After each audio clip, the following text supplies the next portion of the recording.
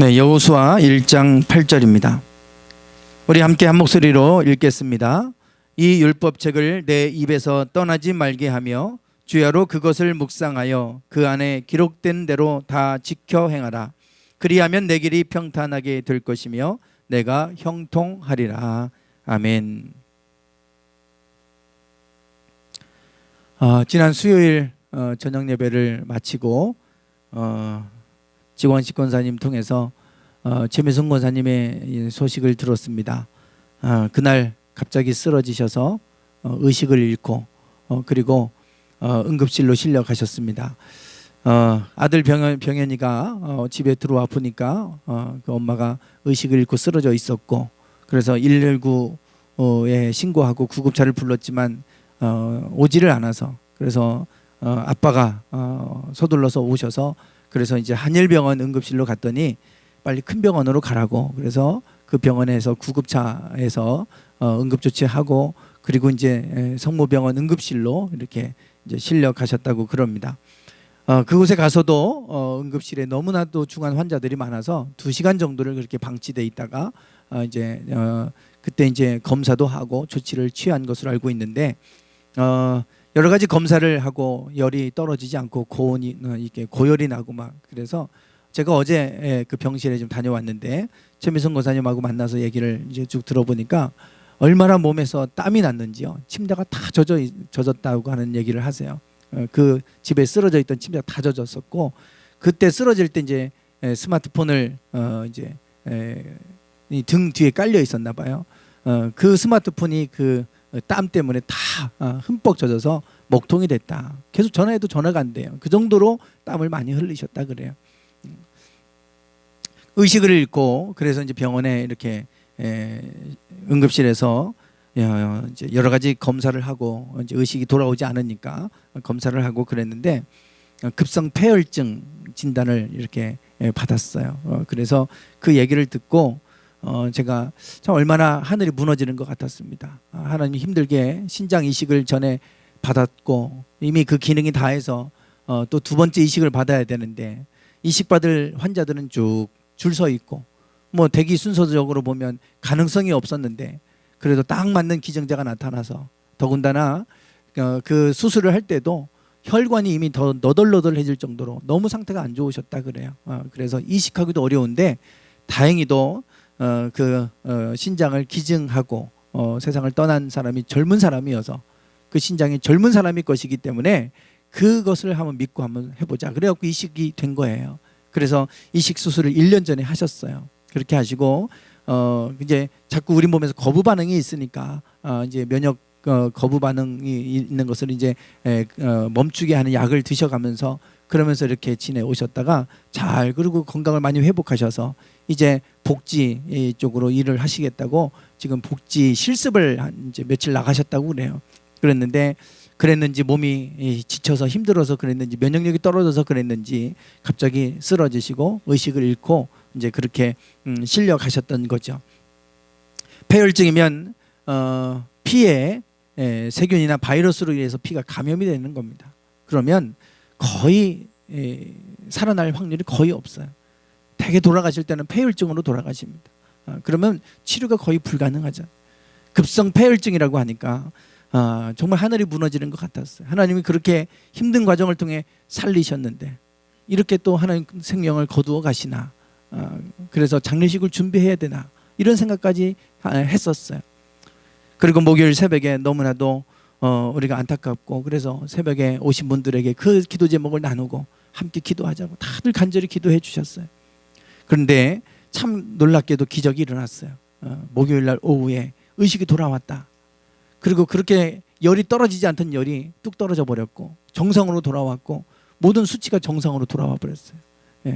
그러니까 믿지 않는 그 병현이 아빠가 기도를 많이 하셨나 보라고 이런 얘기를 이렇게 하셨다고 하는 얘기를 들었어요. 참 기적이죠, 기적. 하나님의 은혜입니다. 하나님이 그래도 쓰시려니까, 하나님 뜻이 있어서 쓰시려니까 살려놓으셨겠죠. 하실 일이 있잖아요. 그래서 하나님이 살려놓으셨는데 이렇게 거둬가시지는 않을 거다, 이런 마음이 있었고, 기도할 때 하나님 주신 마음들이 있었어요. 어제 제가 신방을 갔더니 낙심해 하고 계시더라고요. 내가 조금 이제 살만해서 좀 살아보려고 공부도 해보고 이렇게 했는데 이렇게 쓰러지니까 내가 이렇게 살 수 있을까, 이런 낙심한 마음이 오셨어요. 제가 금요일 저녁에 철야기도 때 그분을 위해 기도할 때 주셨던 말씀이 있었어요. 그것들을 쭉 전해드렸더니 목사님 만나서 얘기 듣고 나니까 힘이 난다고. 그래서 다시금 비전을 가지고 소망을 얻고 다시금 지금 이렇게 지금 치료하고 회복 중에 있습니다. 그래서 정확한 원인이 뭔지 월요일 날 진단한 결과가 나온다, 이런 얘기를 하시던데 정말 하나님의 은혜입니다. 예, 하나님께서 이렇게 큰 은혜를 베풀어 주셔서 얼마나 감사한지 모릅니다. 지난 금요일 날 그 목사님들 모임에서 한 목사님이 책을 내셨어요. 이제 그때 그 기적, 지금 내 기적, 이런 제목으로 책을 내셨는데 이제 그 복음서에 나오는 기적의 이야기를 가지고 시리즈로 쭉 설교하셨던 것들을 그냥 묶어서 책으로 내신 겁니다. 그래서 이 목사님은 설교를 이렇게 쭉 시리즈를 한번 하고 나면 책을 내세요. 이렇게. 예. 그래서 책을 벌써 여러 권 내셨어요. 그래서 제가 목사님한테 그랬죠. 목사님은 책을 참 쉽게 잘 내신다고. 처음부터 이렇게 설교문을 할 때 책을 낼 거 생각하고 이렇게 다 그런 식으로 해서 이제 설교문을 작성해 놓으니까 그냥 그대로 원고 들어가면 바로 책 나온다고, 이제 이런 얘기를 이렇게 하시더라고요. 제가 이 책을 그러면서 다 한 권씩 나눠줬어요. 같이 온 목사님들한테. 그때 제가 이 제목을 딱 보니까 기적이잖아요. 딱 보는 순간 그래서 목사님, 우리 교회에서 기적이 일어났어요. 그때 눈이 번쩍해. 무슨 기적? 그래갖고 제가 최미성 권사님 말씀을 드렸죠. 급성 폐혈증이라고 진단 받아서, 그래서 우리가 돌아가시나 보다 이 생각했는데, 기도했는데 하나님이 갑작스럽게 깨어나게 하시더니 다 갑자기 정상으로 돌아오게 하셨다고. 기적이 일어났다고 했더니 그러냐고. 그러면서 한 목사님이, 제가 그랬어요. 목사님, 우리 교회에서 기적이 일어났어요. 했더니 그 교회는 맨날 이렇게 기적이 일어나는 거야. 그러는 거예요. 예. 그러면서 제가 그 쭉 소개했죠. 설명을 했더니 뭐 축하도 해주고 잘 됐다고 그러고 또 부러워도 하시고 그러는 거예요. 사실 우리가 기적이라는 것은 하나님이 하시는 일이잖아요. 우리는 할 수 없지만 하나님의 능력으로 하나님은 하실 수 있잖아요. 그래서 요한복음에 보면, 요한복음 11장에 보면 예수님께서 죽었던 나사로를 살리셨어요. 죽어서 나흘이나 된 나사로를 살리는데 이 말씀에 뭐라고 하시냐면, 내가 믿으면 하나님의 영광을 보리라, 이렇게 말씀하세요. 내가 믿으면 하나님의 영광을 보리라. 우리가 뭘 보냐면 하나님의 영광을 보기를 원하잖아요. 그 영광을 보기를 원하잖아요. 이 영광은 믿는 자에게 보여지는 거예요. 그 믿는 자에게 드러나는 거예요. 예수님께서 이렇게 말씀하셔요. 이 말씀을 지금 왜 어떤 상황에서 이 말씀을 하시냐면, 그 전에 보면 예수님께서 이르시되 돌을 옮겨 놓으라. 죽었던 나사로가 이제 무덤 속에 갇힌 거예요. 우리는 땅에 매장하지만 거기는 이 굴 속에다가 넣습니다. 굴 속에. 그리고 그 동굴 문을 막아 놓죠. 예수님도 그랬잖아요. 돌문이 열려 버렸잖아요. 부활하실 때. 예. 그 돌을 옮겨 놓으라. 그러니까 이 그 나사로의 누이 마르다가, 마리아, 마르다, 나사로 다 같은 남매죠. 이 누이 마르다가 말합니다. 주여, 죽은 지가 나흘이 되었음에 벌써 냄새가 나나이다. 무슨 말입니까? 벌써 죽은 지가 나흘이나 됐습니다. 4일째예요, 오늘이. 그 나라는 뜨거운 나라입니다. 더운 나라예요. 더운 나라이기 때문에 하루만 있어도 부패해버립니다. 근데 나흘이나 됐어요. 벌써 이 부패하는 냄새가 나는데 어떻게 살릴 수 있습니까? 그 얘기예요. 문을 옮겨 놓으라 그러니까 옮겨 놓으셔봐야 소용없습니다. 그리고 옮겨 놓아봐야 썩은 내만 납니다. 그 부정적인 얘기를 하는 거예요. 그랬을 때 예수님께서 하신 말씀이 이거예요. 그래서 내가 믿으면 하나님의 영광을 보리라. 그리고 죽은 나사로를 살리셨단 말이에요. 나사로야 나오라. 그랬더니 나왔어요. 살리셨어요. 그게 하나님이 하신 일이에요. 네. 그래서 기적이라고 하는 거는 우리는 할 수 없지만 하나님은, 우리 인간도 만드셨는데 뭐 그거 못 살리시겠어요? 믿으면 내가 하나님의 영광을 보리라. 중요한 건 믿는 거예요. 믿는 거. 믿으면입니다. 믿으면. 이건 조건이에요. 이건 결과고. 우리는 자꾸 결과만 구하지만 이 조건이 있어야 돼요. 그러면 영광을 보는 거예요. 그런데 우리가 믿지도 않으면서 무슨 영광을 보겠습니까? 죽어서 썩어서 나흘이나 된 사람을 믿는다는 게 쉬운 일이 아니잖아요.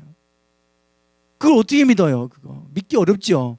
그러나 믿으면 내가 그 영광을 볼 것이다. 그렇게 말씀하시잖아요. 예, 그래서 우리에게 하나님은 큰 믿음을 요구하세요. 우리 믿음이 더 큰 영광을 보기 원하신다면 더 큰 믿음을 가지시면 됩니다. 예.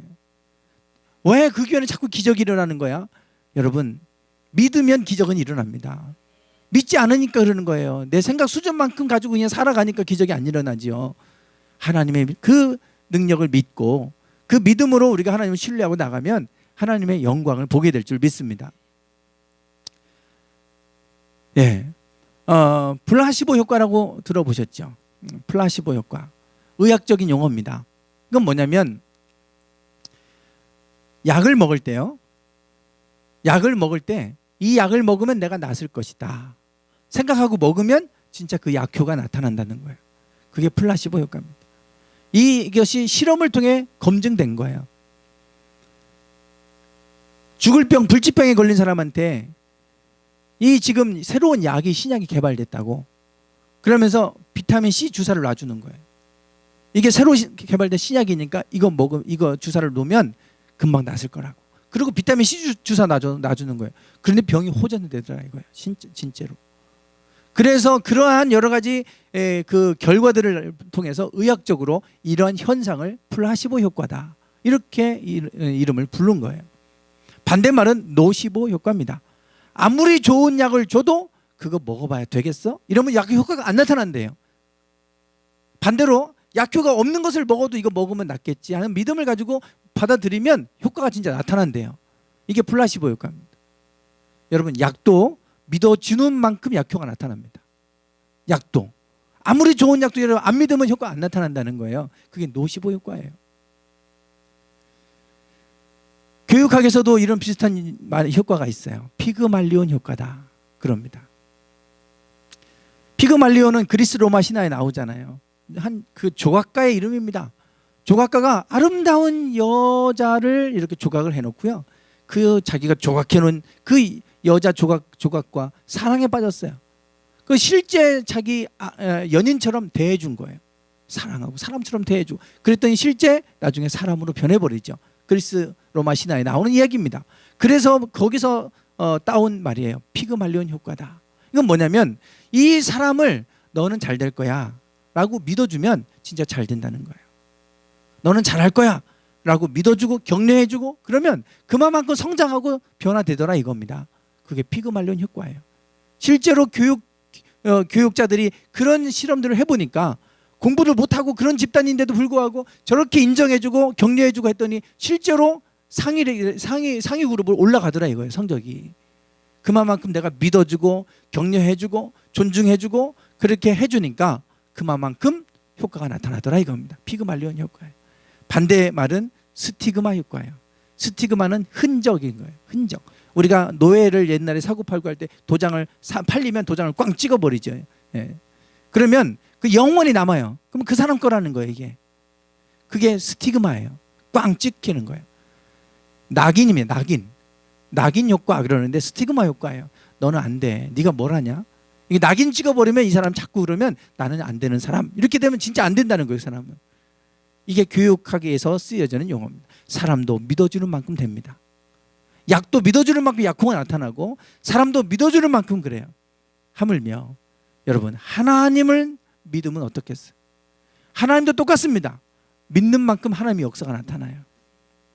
예수님이 하나님의 아들이셨고 많은 기적을 행했지만 그 고향 땅에서는 아무 능력도 행하실 수 없었다 그랬어요. 왜? 그들이 믿지 않음으로. 고향 땅에서 어렸을 때부터 자란 걸 다 보고 자랐어요. 너 목수의 아들 아니야? 네가 무슨 하나님의 아들이야? 그랬더니 그 고향 땅에서 믿지 않음으로 인해 아무 기적을 행하실 수 없었다 그럽니다. 그 고향 땅에서는 믿지 않으니까. 하나님도 여러분 믿는 만큼 일하세요. 여러분들도 믿어주면 믿어주는 만큼 그 사람을 위해 충성하잖아요. 믿어주는 사람을 위해. 믿어주지 않고 자꾸 불신하고 그러면 그 사람 위해서 일하고 싶지도 않아요.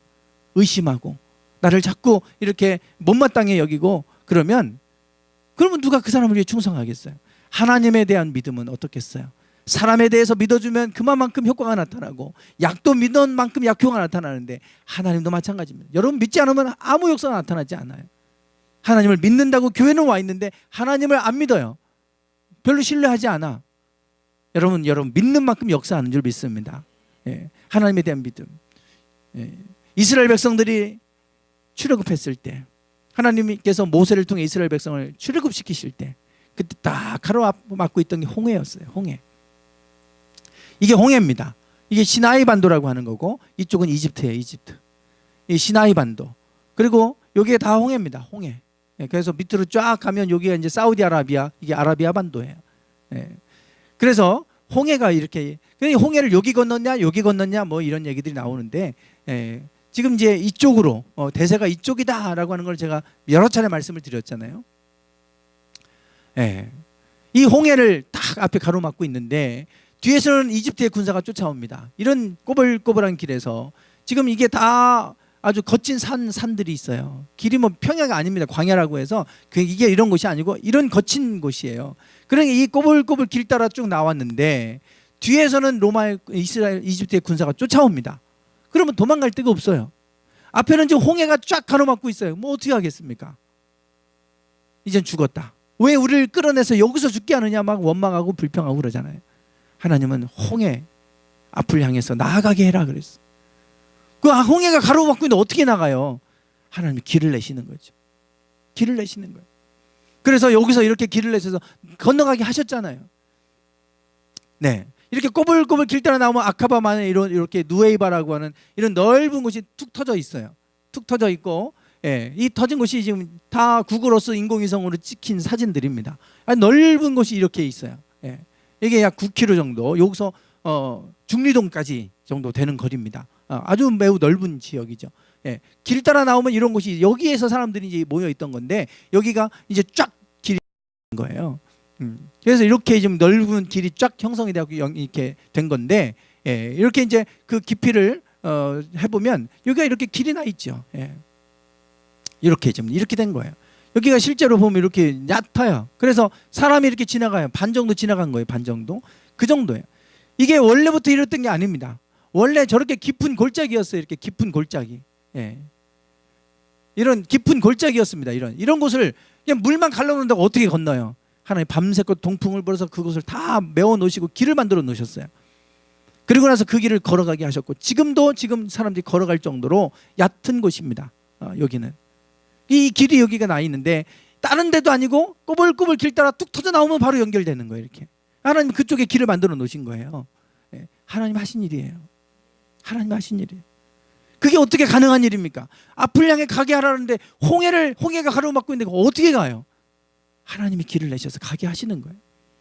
믿는 자에게 하나님 일하실 때 우리가 볼 때는 길이 막혀서 못 갈 것 같지만 하나님은 그곳에 길도 내시는 하나님이세요. 그래서 믿으면 내가 하나님 영광을 보리라 그러잖아요. 그래서 이 길을 내셔서 이곳을 지나가게 하셨고, 그리고 나서 그들은 이제 광야를 이제 들어가게 됩니다. 바로 가나안 땅에 들어간 게 아니라 광야로 들어가게 되는데, 첫 번째 광야에 딱 들어가니까 그 첫 번째 광야는 수르 광야예요. 그들이 아까 홍해를 딱 건너고 발 디딘 곳이 수르 광야입니다. 미디안 땅, 사우디아라비아 땅이에요. 그 수르 광야에 도착했을 때 그들이 먹을 물이 없게 돼요. 마실 물이 없어요. 막 너무 목말라요. 얼마나 뜨겁겠어요. 사막에서, 그 광야에서 그 목이 타들어가겠죠. 물을 찾는데 물이 없습니다. 막 목말라서 그들이 불평하고 그럴 때 간신히 물을 찾았어요. 오아시스 같은 물을 찾았는데 그 물이 광물질이 너무 많아서 먹을 수가 없는 쓴물이에요. 그거 먹으면 큰일 나죠. 그러니까 물을 발견했다고 기뻐했는데 마실 수가 없는 물인 거예요. 사람들이 막 탄식을 하고 불평하고 또 모세를 원망하고 그럽니다. 하나님이 모세에게 말씀하시죠. 나뭇가지에 하나를 지목해서 던져 넣어라. 던졌더니 그 물이 단물로 바뀌어 버렸어요. 그 물 자체가 이 화학적 구조가 다 그냥 바뀌어 버렸습니다. 우리가 먹을 수 있는 물로 바뀌어 버렸어요. 제가 지난번에 무슨 영상을 지난번 중국 갔을 때 목사님 선교사님 그 얘기 하는 거예요. 물이 우리 몸에 들어가면 물 형태 구조가 바뀌어 버린대요. 그래서 우리가 이온수라고 부르잖아요. 물 형태가 바뀌어 가지고, 그래서 우리 몸에 뼈 다치고 그러면 속에 쇠를 박잖아요. 쇠가 녹슬지 않는데요. 물 구조가 바뀌니까. 물이면 다 녹슬어야 되잖아요. 그럼 큰일 나지. 우리 몸에서 녹슬어 버리면 쇠가. 근데 이 물의 구조가 바뀌어 버린대요. 우리가 먹는 물하고 몸에 들어가면 구조가 바뀐대. 그런데 이 물이 먹을 수 없는 물이 하나님 먹을 수 있는 물로 바꾸셨어요. 그러고 나서 하나님이 이 사건을 통해 뭐라고 하냐면 나는 너희를 치료하는 여호와라. 나는 너희를 치료하는 여호와다. 그거를 가르쳐 주세요. 야, 너희들 질병이 있고 하는데 너희가 내 계명을 따라 살면 내가 애굽 땅에서 내린 질병이 하나도 내가 너희에게 내려주지 않겠다. 나는 너희를 치료하는 여호와다.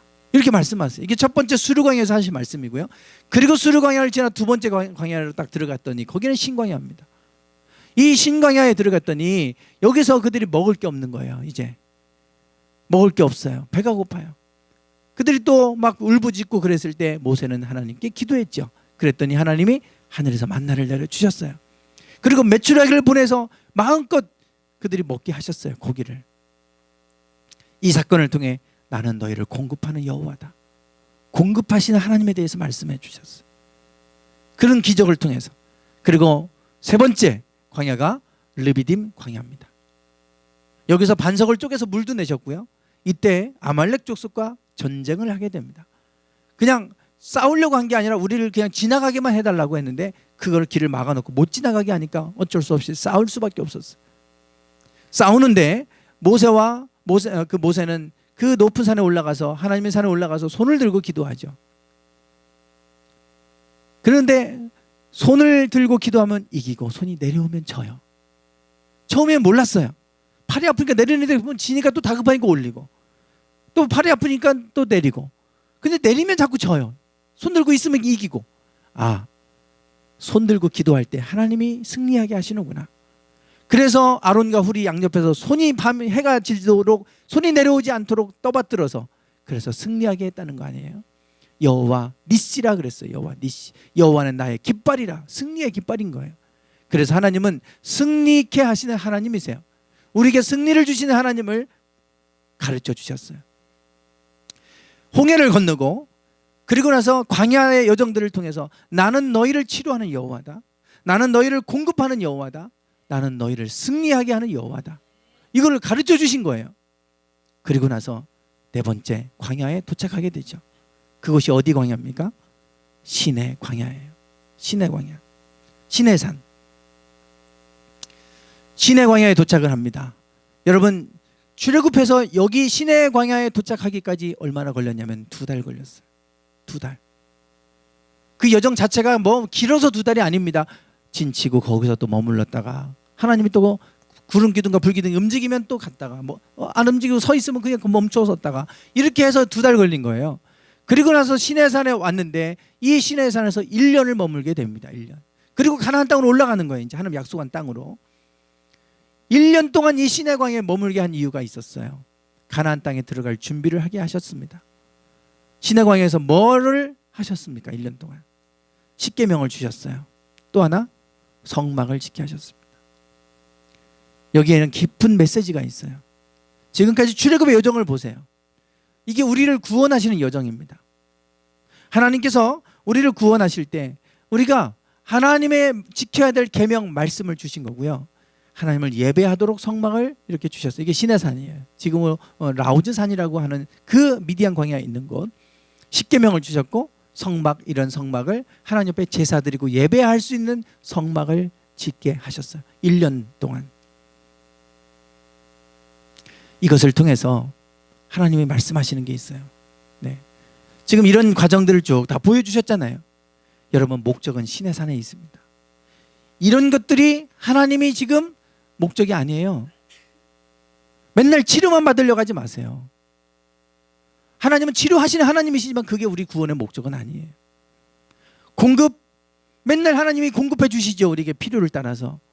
그러나 그게 우리를 구원한 목적은 아니잖아요. 이 땅에서 먹고 사는 것이 우리 삶의 목적이 되서는 안 되잖아요. 제가 어제 신방 가서 최민성 권사님에게 말씀을 드렸어요. 금요일날 기도하는데 하나님 어떤 마음을 주시냐면 하나님 이런 과정을 통해서 최민성 권사님이 천국과 지옥을 좀 보고 올 수 있게 해주세요. 깊은 영적인 체험들을 좀 하게 해주세요. 그래서 그것들을 사람들에게 좀 전하는 자가 되게 해주세요. 그런 기도가 나오는 거예요. 그때 제가 알았던 건 뭐냐면 하나님이 이와 같은 연약한 몸이지만 영적으로 그 부분을 열어놓으셔서 그것들을 더 깊이 있는 것을 보고 체험하게 하셔서 사람들에게 그 하나님의 나라를 전하는 자로 하나님 쓰시겠구나, 그 마음을 주셨어요. 그래서 제가 가서 그랬어요. 권사님, 앞으로 먹고 살고 걱정하시고 그래서 복지 그 자격증 따서 그거 일하시겠다 하는데 하나님이 공급하실 겁니다. 그 걱정하지 마세요. 그 복지하려고 하지 마시고 하나님이 앞으로 경험하게 하시고 보여주시는 것 전하는 자가 되게 그런 삶을 사세요. 그랬어요. 그런 삶을 사세요. 하나님이 언제 불러가실지 모르지만 하나님이 많은 것을 앞으로 보여주실 건데, 그 많은 은혜를 하나님 경험하게 하실 건데 그거 사람들에게 전하는 삶을 사세요. 남은 여생 하나님 살려놓으신 이유가 먹고 사는 거 그거 하라고 살려놓으신 거 아닐 거 아니에요. 제가 그 얘기를 했더니 저를 만나서 이제 그 비전 힘을 얻었다고, 낙심했는데 제가 그렇게 하나님 보여주시고 그러면 그렇게 하겠다고, 그러면서 의식을 잃는 동안에 무슨 환몽, 꿈 같은 환상 같은 것들도 보고 이렇게 이제 그것들이 의식을 잃어버리니까 어떤 게 현실이고 어떤 게 이게 꿈인지 이게 지금 구분이 잘 안 가시는 거예요. 아직까지도. 그래서 어제 제가 갔더니 어제 이영희 권사님이 입원한다고 그 모든 병 그걸 준비를 안 해와서 이영희 권사님이 그걸 다 챙겨가지고 갖고 오셨는데 왔다 간 것도 잘 기억이 안 나요. 아직 의식이 지금 그렇게 돌아오긴 했지만 지금은 괜찮은데 몇 시간 지나고 나면 그게 기억이 안 나는 거예요. 아직까지 그런가 봐요. 원래 증세가. 그래서 의사가 선생님이 오면 오늘 몇 월 며칠이에요? 물어보고 이제 자꾸 그렇게 하신대요. 그러니까 그 오랫동안 의식을 잃고 있었기 때문에 이제 그게 회복되는 지금 시간인 것 같아요. 하나님께서 영적으로 민감하게 세우실 것이고, 먹고 살아가고 그거 지금 그거 먹고 살아가게 하기 위해서 하나님 그렇게 살려놓으신 거 아니니까, 하나님 뭔가 뜻이 있으니까 그것을 위해서 하나님 쓰실 거라고 그 말씀을 제가 드리고 왔어요. 여러분, 우리가 이거 하려고 사는 것이 아니라 더 중요한 거는 여기에 있어요. 이거를 가르쳐 주시려고 요 여정을 통해 여기까지 오게 하신 거예요. 뭐냐면 하나님 말씀대로 살라 이거예요. 하나님이 공급해 주시는 걸로 잘 먹고 잘 사고 하는 게 끝이 아니라, 싸워서 승리하는 게 끝이 아니라 하나님 말씀대로 살아라. 그리고 하나님을 예배하는 삶을 살아라. 이거 가르쳐 주시려고 나는 이런 하나님이다. 그러니 이런 거 걱정하지 말고 이렇게 살면 내가 이런 거 다 해결해 주겠다, 이 얘기예요. 하나님 말씀대로 살고 하나님 예배하는 삶을 살면, 여기에 힘쓰는 삶을 살아가면 내가 이런 하나님이니 내가 너희를 이렇게 해주겠다 이거예요. 그러니까 이런 것에 목적을 두고 살지 말라 이거고, 이렇게 여기에 목적을 두고 살아가라 너희는. 그러면 가나안 땅에 들어가면 반드시 내가 너희를 이렇게 인도해 주겠다라고 말씀해 주신 거예요. 그래서 신명기에 모세는 가나안 땅을 바로 앞에 두고 요단강 동편에서 자기가 죽기 전에 그 후손들에게 설교하잖아요. 신명기를 통해 마지막 설교 유언을 남기는 거예요. 한번 읽어보겠습니다. 시작.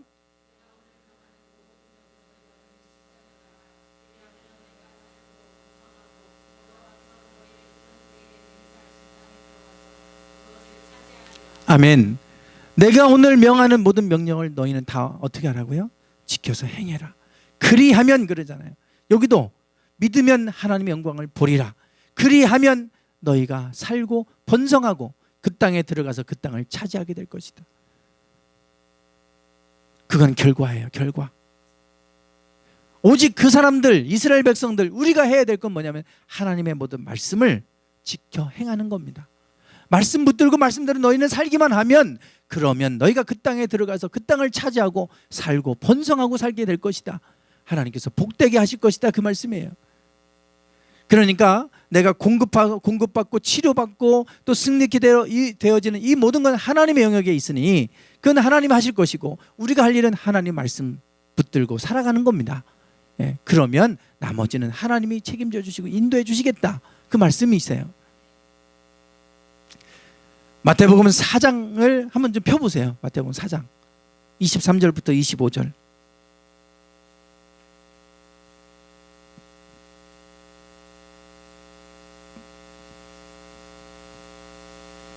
마태복음 4장 23절부터 25절.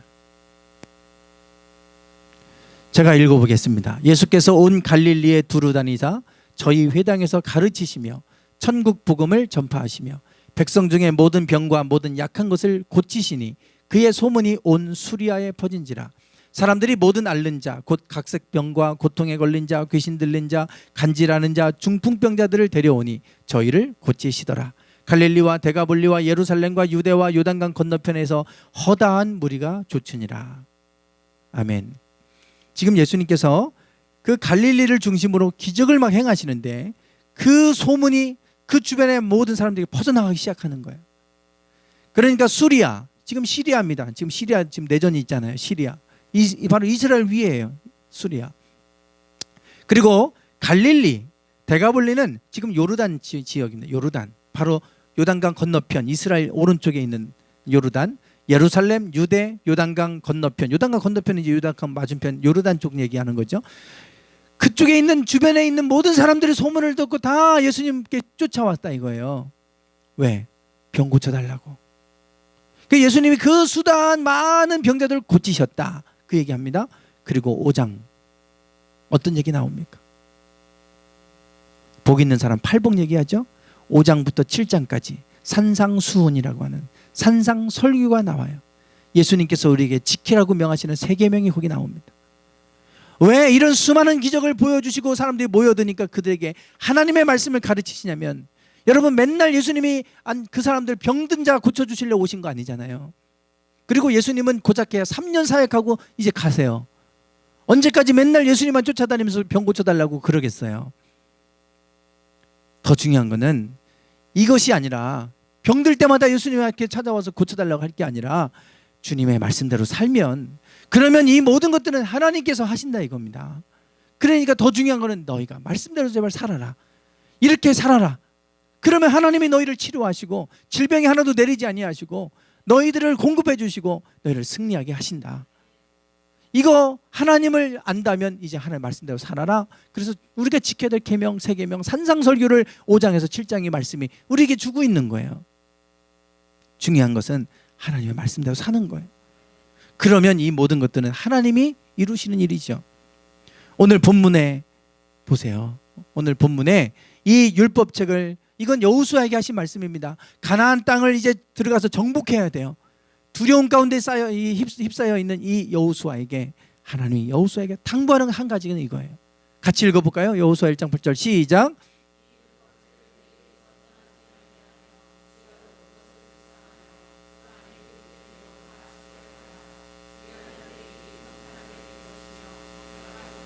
아멘. 여기도 그리하면, 항상 결과가 그리하면 이잖아요. 그럼 앞에 뭐 어떻게 하라는 거예요? 하나님의 말씀 율법책을 입에서 떠나지 말게 하고 밤과 낮으로 묵상해라. 그리고 그 안에 기록한 대로 지켜 행해라. 그러면 너의 길이 평탄해질 것이다. 그러면 너가 형통할 것이다. 이렇게 말씀하세요. 그러니까 우리가 형통하기를 원하신다면 우리가 해야 될 건 하나님 말씀 붙들고 사는 겁니다. 그러면 하나님이 너의 길을 평탄하게, 그러면 너의 길을 형통하게 하시겠다는 거예요. 여러분, 이 형통하게 한다, 이 단어가 이 원어의 뜻을 보니까 지혜롭다, 성공하다 이렇게 돼 있어요. 그러면 내가 지혜롭게 될 것이다. 그러면 내가 성공하게 될 것이다. 이런 말이거든요. 하나님의 말씀을 묵상하고 그 말씀대로 살아가게 되면 내가 지혜롭게 될 것이다. 그러니까 성공은요, 지혜로운 삶을 통해서 오는 거예요. 형통케 되어지는 건 지혜로부터 옵니다. 그래서 성공하고 지혜롭게 되는 건 똑같은 거예요. 별개가 아니에요. 별개가. 어리석은 사람은 모든 거 다 날려버릴 수 있어요. 지혜로워야 돼요. 지혜로워야 돼. 그 형통한다는 이 단어를 우리는 형통이라고 번역했지만 원어의 뜻은 지혜롭다, 성공하다. 이 지혜로운 가운데서 우리가 다 성공하는 건 다 잘 이루어지는 게 성공이잖아요. 그렇게 될 거라는 거예요. 우리의 길이. 왜 자꾸 무너지고, 왜 자꾸 우리가 지켜지지 않고 그렇게 되느냐? 평탄하게 되지 않고 왜 자꾸 거친 인생의 길을 가게 되느냐? 하나님 말씀 안에 있으라 이겁니다. 그러면 너의 길이 평탄하게 길을 가게 해주겠다. 큰 문제 없이. 그리고 내가 지혜롭게 되어서 내가 성공하게 될 것이다. 이 말이에요. 오늘 그 가장 중요한 거는 하나님 말씀인 줄 믿습니다. 여러분, 주님의 말씀은 힘이 있어요. 그 말씀은 능력이 있어요. 오늘 우리가 기적을 일으키게 하는 것은 말씀의 능력이에요. 그러니까 기적만 보고 우리가 따라갈 게 아니라 말씀 안에 있으면 기적은 따라오는 겁니다. 예, 하나님이 치유하시고 공급하시고 승리케 하시는 것은 하나님 말씀 안에 있으면 그렇게 하나님은 행하세요. 왜냐하면 하나님은 말씀하시는 하나님이시고 말씀으로 역사하시는 하나님이시기 때문인 줄 믿습니다. 오늘 우리가 하나님의 말씀을 여러분 여호수아에게 당부했던 것처럼 너 주야로 묵상하고 그 말씀대로 살아라.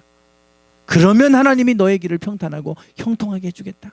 오늘 우리의 삶이 이렇게 하나님 안에서 말씀 안에서 삶으로 형통하는 삶이 되기를 주님의 이름으로 축원합니다. 기도하겠습니다.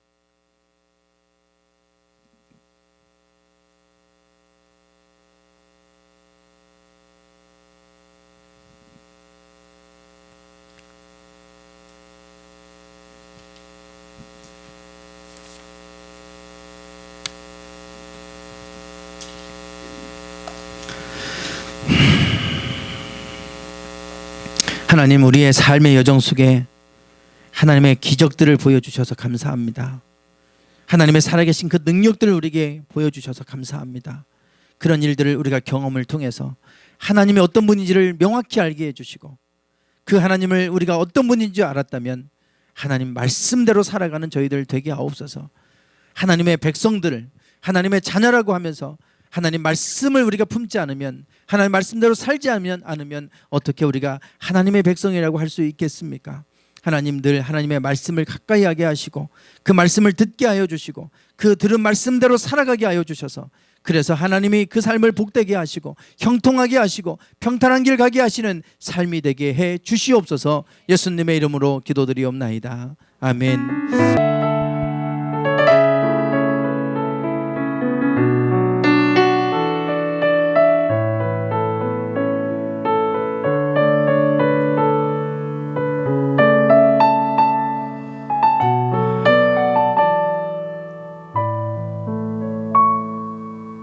지금 이 순간에도 하나님을 알지 못하고 죽어가는 이들이 많이 있습니다. 고통 속에 신음하는 이들이 많이 있습니다. 그들이 하나님을 알기를 원합니다. 너무나도 좋으신 하나님, 너무나도 우리를 사랑하시는 하나님, 누구든지 하나님의 이름을 의지하고 주께로 돌아오기만 하면 우리를 품어주시고 우리를 하나님의 자녀라고 용납해 주시고 우리와 함께 해주시는 그 하나님, 오늘 우리가 그 하나님을 더 깊이 알게 해주시고 우리가 먼저 그 하나님을 만나게 해주시고, 그래서 그 하나님의 위대하심을 찬양하게 하시며 그 하나님을 선포하고 자랑하며 살아가게 해주시옵소서. 그들에게도 하나님의 증거되기 원하며 그들에게 하나님을 전하고, 그래서 그들이 하나님 앞에서 소망을 찾아가기 원합니다. 이해가 가기 전에 천하보다 귀하게 여기시는 한 영혼들을 우리가 구원해 가기를 원합니다. 주님, 저희들 마음속에 주님의 영을 부어주시고 주님의 마음을 부어주셔서 하나님의 마음으로 주님의 심령으로 그들에게 나아가 복음을 증거할 수 있게 해주시옵소서. 어두워져가는 세상입니다. 주님 오실 날이 가까워 오고 있습니다. 더욱더 저희들이 깨어있게 해주시고 믿음 안에 견고히 서게 해 주시옵소서. 말씀대로 살아가게 해 주시옵소서. 세상과 구별된 모습으로 살아가게 해 주시옵소서. 그래서 하나님이 주시는 평탄한 길 가게 하시고 주님이 주시는 형통함을 누리며 살아가게 하옵소서. 지금은 우리 주 예수 그리스도의 은혜와 아버지 하나님의 극진하신 사랑하심과 성령님의 감동 감화 충만하심이 늘 주님의 말씀을 쫓아 그 말씀대로 행하며 살아감으로 인해 주님이 주시는 형통함을 누리며 살기를 소망하는 당신의 사랑하는 모든 성도들 위해 이제부터 영원토록 함께 하시기를 간절히 축원하옵나이다. 아멘.